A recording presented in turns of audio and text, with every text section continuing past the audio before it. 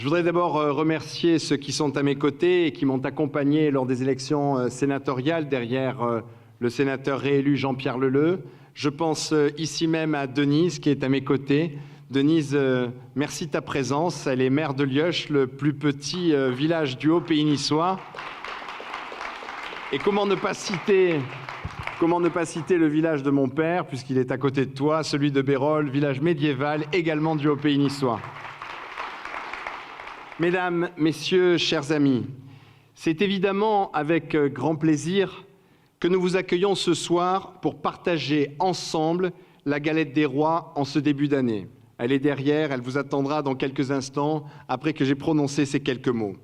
Permettez-moi tout d'abord, à chacune et chacun d'entre vous, de vous souhaiter une très belle année 2015, pour vous, vos proches et ceux que vous aimez. J'ai aussi, évidemment, une pensée émue pour ceux que la maladie n'a pas épargnés, pour ceux qui sont seuls et pour ceux qui ont besoin qu'on leur tende la main en ces périodes difficiles. Que chacune et chacun d'entre vous soit assuré de notre soutien et de notre présence à leur côté chaque fois que cela sera nécessaire. Quel plus beau symbole du vivre ensemble que de partager cette galette qui incarne une tradition liée à notre histoire et à nos origines. Ce besoin de solidarité s'exprime avec d'autant plus d'acuité que notre pays vient de traverser une épreuve douloureuse. J'aimerais, avant de poursuivre mon propos, que nous ayons ensemble une pensée commune pour ces 17 Français morts sans raison. Ce sera notre façon de leur rendre un ultime hommage. Certains ont été victimes de leur devoir, d'autres de leur amour de la liberté, d'autres encore de leur croyance. Nous ne pouvons pas tout justifier au nom de la liberté, car la vie est trop précieuse pour que des individus viennent nous la retirer. Comment en effet passer ce soir sous silence les événements du 7 janvier dernier, si tragiques, où la barbarie et l'ignominie ont provoqué la mort de 17 de nos compatriotes. La France a été touchée au cœur. La République a été frappée en son sein même. Tristes instants d'une histoire que ni vous, ni moi ne voulons revivre. Les terroristes ont voulu tuer la liberté de penser, tuer la liberté d'écrire, tuer la liberté de croire. Ces actes ont laissé une trace indélébile dans nos consciences. Si vous voulez, je vous propose de vous lever un instant de raison ensemble pour respecter cette minute de silence. Et puis, il y a eu ce sursaut, cette formidable mobilisation de ces millions de Français qui, le 11 janvier dernier, à Paris et partout sur notre territoire, sont venus exprimer une sincère émotion collective, un esprit républicain, en même temps qu'une vraie colère contre ces barbares des temps modernes. Ces millions de Français se sont levés pour dire non, non au terrorisme, non à l'intégrisme, non à l'obscurantisme. La France est grande lorsqu'elle sait se rassembler. J'aime, comme vous, je pense, ces moments d'unité nationale. Comme il y a eu un avant et un après 11 septembre, il y aura sans nul doute un avant et un après 7 janvier. Nous devons tous ensemble réfléchir aux moyens d'éviter que de tels actes se reproduisent et que l'esprit républicain qui nous a animés ne nous quitte plus. La solidarité doit rester une vertu politique. Y réfléchir, je dis bien jamais céder à la dangereuse tentation entre islam et intégrisme. Chaque Français doit faire en sorte que le mot responsabilité soit mis à l'honneur au quotidien à l'occasion de chacun de ces actes. Et ce, dès le plus jeune âge. C'est le rôle de l'école. Aujourd'hui, plus qu'hier encore, s'engager en politique prend tout son sens.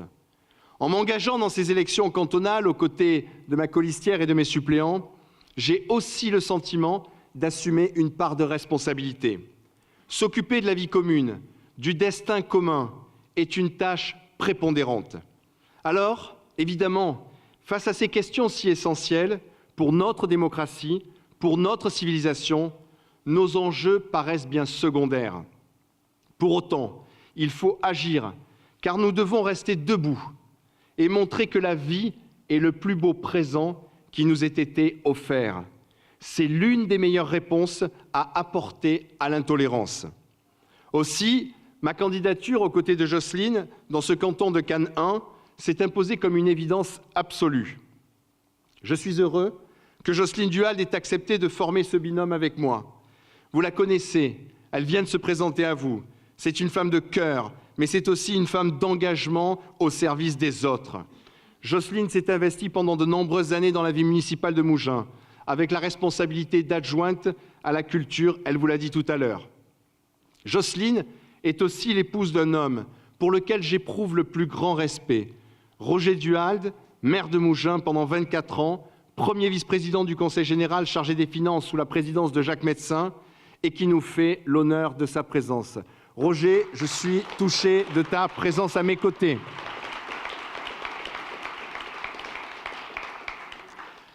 Avec Jocelyne, nous avons choisi 2 suppléants, représentatifs des forces vives du bassin cannois, ancrés dans la ville de notre cité. Carole Tuaillon, merci Carole, avocate à Cannes, et tu l'as dit tout à l'heure, mère de famille. Je te remercie d'avoir accepté ce partenariat. Emmanuel Pori, chef d'entreprise, et il l'a dit lui-même, je vous y invite également, propriétaire de la Maison Corse, où vous pourrez y déguster quelques bons vins, bons fromages et quelques bonnes charcuteries. Avec eux et avec Jocelyne, j'ai fait le choix de 2 critères bien précis, le choix de l'humain et le choix de l'intelligence. Je vous demande de les applaudir. Nous souhaitons vos suffrages. Nous les souhaitons car nous méritons votre confiance. Nous sommes des personnes de fortes convictions. Jocelyne tout à l'heure, avec Emmanuel et Carole, en ont été tous les 3 les témoins. Et nous vous le prouverons lors de nos rencontres dans les quartiers, ce que nous avons fait dès samedi matin, sur les marchés, avec Jocelyne. Nous avons fait le choix de ne pas ouvrir de permanence politique fixe. C'est une première différence avec les autres candidats, car notre volonté est de vous démontrer que l'on peut faire de la politique autrement. Oui, je vous le répète, je veux faire de la politique autrement. C'est aux candidats que nous sommes de faire l'effort de venir à vous et non l'inverse. Nous voulons être des élus de terrain. Ce n'est pas sans émotion, et tout à l'heure Emmanuel vous l'a précisé, que je retrouve ce théâtre de la Licorne, tout près duquel, pas très loin d'ici, à Sainte-Marguerite, j'ai passé mon enfance. Mes racines sont ici, vous le savez pour un certain nombre d'entre vous. J'y ai grandi, j'y ai vécu de formidables moments d'insouciance, ici au bord de la mer, pas loin d'une plage que vous connaissez pour un certain nombre d'entre vous, la plage des Coquilles. À cet endroit même qu'un certain nombre d'entre vous a dû connaître, j'imagine, lors de son adolescence et peut-être lors de son âge adulte, où il y fait bon se baigner. J'ai souhaité d'ailleurs y consacrer en son temps un livre de l'Aboca à Cannes, comme pour dire en fait que l'Aboca c'est Cannes et Cannes c'est l'Aboca. Ce canton, pour que vous soyez parfaitement informés de ces élections, comprend les quartiers du Rioux, Perrier, la Croix-des-Gardes, l'Aboca, la Frayère et Ranguin.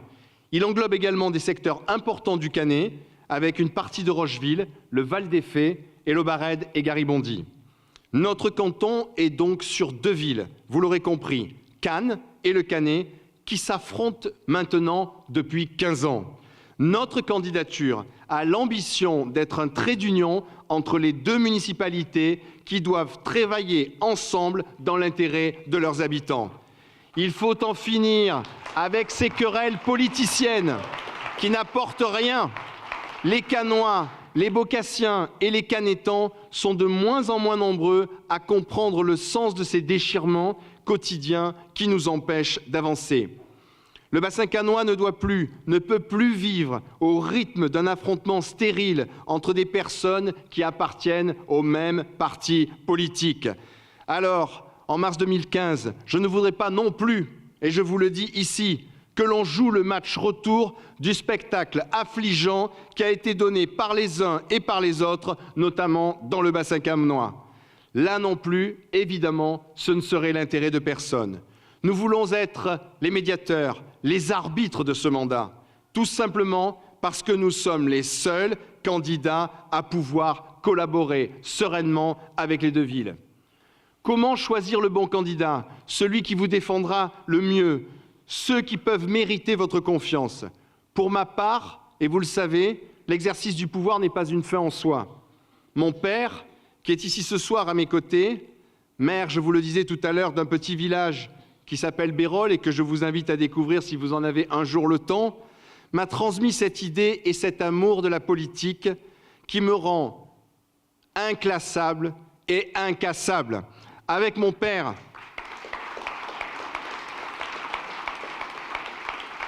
la politique s'est toujours écrite en lettres majuscules. Je vais vous faire une confidence également. Il n'est pas seul ce soir, puisque ma mère est aussi à ses côtés. Même si je n'ignore pas sa pudeur, je veux vous dire que sa présence me réchauffe le cœur.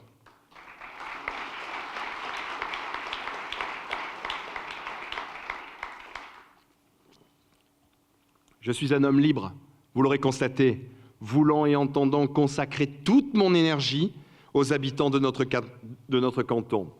En effet, je suis un homme disponible, je n'ai pas d'autre mandat.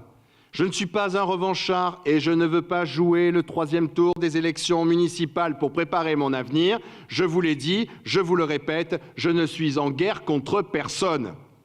Je suis aussi, me semble-t-il, si j'en crois les propos des uns et des autres, un humaniste, ouvert aux autres, et donc susceptible de représenter l'ensemble des habitants de la Boca et du Canet. Je ne suis pas donc le candidat de la discorde, mais celui du vouloir vivre ensemble. Je vous dis que nous sommes les seuls candidats crédibles, car la personnalité des élus doit primer sur l'appartenance politique, quelle qu'en soit la couleur. Front National, Parti Socialiste ou UMP, oui, nous sommes les seuls, car si le binôme Canois l'emportait, il lui serait difficile de travailler avec la municipalité du Canet. C'est pourquoi, avec mes colistiers, nous avons choisi de revendiquer notre indépendance dans cette élection. Chacun a le droit d'être candidat, mais parfois, le choix des candidats obéit à des motifs obscurs, à des parrainages sombres. Les candidats qui ont aujourd'hui une étiquette ne sont pas forcément les meilleurs. Ils sont simplement imposés par des organes politiques qui œuvrent dans le secret de leur cabinet. Mais dites-moi, chers amis, où est la démocratie dans ce processus? Dites-le-moi, où est la démocratie? Alors, mes chers amis, nous préférons votre investiture que celle d'un parti politique, car la décision finale vous reviendra. Les électeurs ont le droit d'avoir des élus libres, capables de s'élever au-dessus de toutes ces querelles et de faire valoir l'intérêt général. Vous êtes des citoyens libres. Et seuls les hommes libres écrivent leur histoire eux-mêmes. Notre parti pris,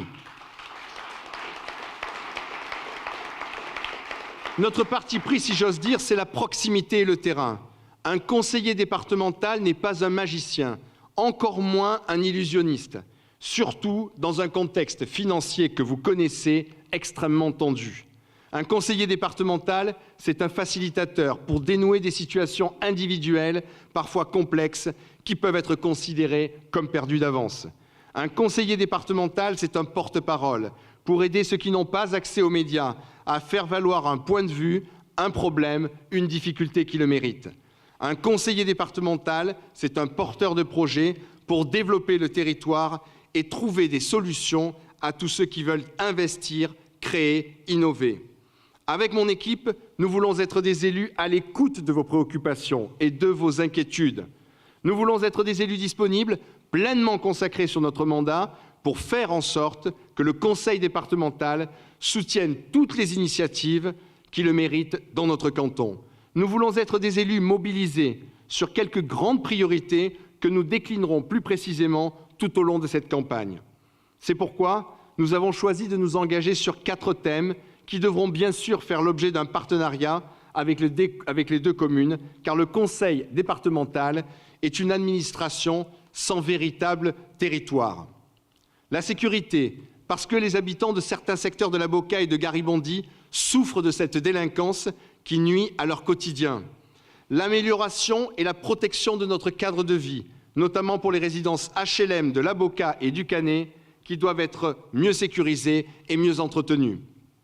Le soutien à tous ceux qui sont en difficulté, qu'il s'agisse des personnes en réinsertion, des personnes âgées et handicapées, c'est le cœur des compétences du Conseil départemental. La création d'emplois dans le bassin cannois, même si on ne rappellera jamais assez que ce ne sont pas les élus qui créent des emplois, mais bien les chefs d'entreprise. Nous serons également particulièrement vigilants sur l'avenir de l'éducation prioritaire à l'Aboca, pour que les établissements scolaires qui en ont besoin puissent bénéficier de moyens supplémentaires. Nous serons là aussi pour défendre au Conseil départemental quelques idées fortes auxquelles nous croyons. Parmi ces idées, il y a la conviction que l'augmentation des impôts doit cesser d'être l'unique réponse à l'action politique. Et j'en sais quelque chose en ma qualité d'officier public. On ne peut pas davantage pressurer les contribuables, et notamment les classes moyennes. Nous voterons contre toute hausse de prélèvement qui serait décidée par le Conseil départemental dans les 6 années qui viennent.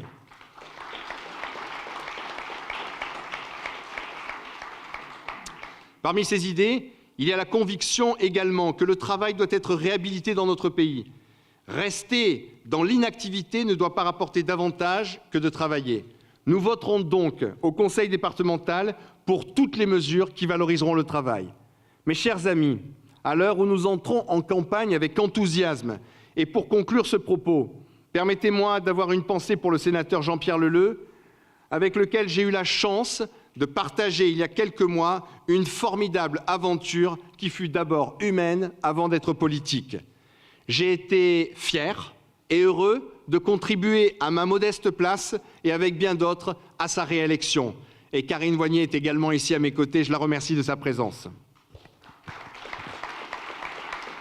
Mes chers amis, c'est cette belle idée de la politique que je vais défendre, partager, promouvoir avec Jocelyne, Carole et Emmanuel, vous tous pendant cette campagne. Nous disons aux électeurs de notre canton, et nous pourrions presque en faire un slogan, vous pourriez faire sans nous, mais ce serait tellement mieux avec nous. Mes chers amis, je vous renouvelle, au nom de toute notre équipe, mes meilleurs vœux pour que cette nouvelle année soit la plus belle pour vous et les vôtres. Encore une fois, qu'elle soit riche de réussite et de bonheur pour vous et ceux que vous aimez. N'oubliez jamais que la vie et sa beauté finissent toujours par triompher. Et pour commencer cette année sur une note d'espérance, écoutons ce que disait fort justement Saint-Exupéry. Là où se trouve une volonté, il existe un chemin, et vous le savez. Merci à vous tous, merci de votre présence ce soir qui nous honore, merci du fond du cœur de votre soutien dans cette belle aventure. Je formule le vœu que les 22 et 29 mars prochains, grâce à vous, avec notre élection, nous puissions vivre ensemble le printemps de notre canton. Je vous souhaite une très belle soirée.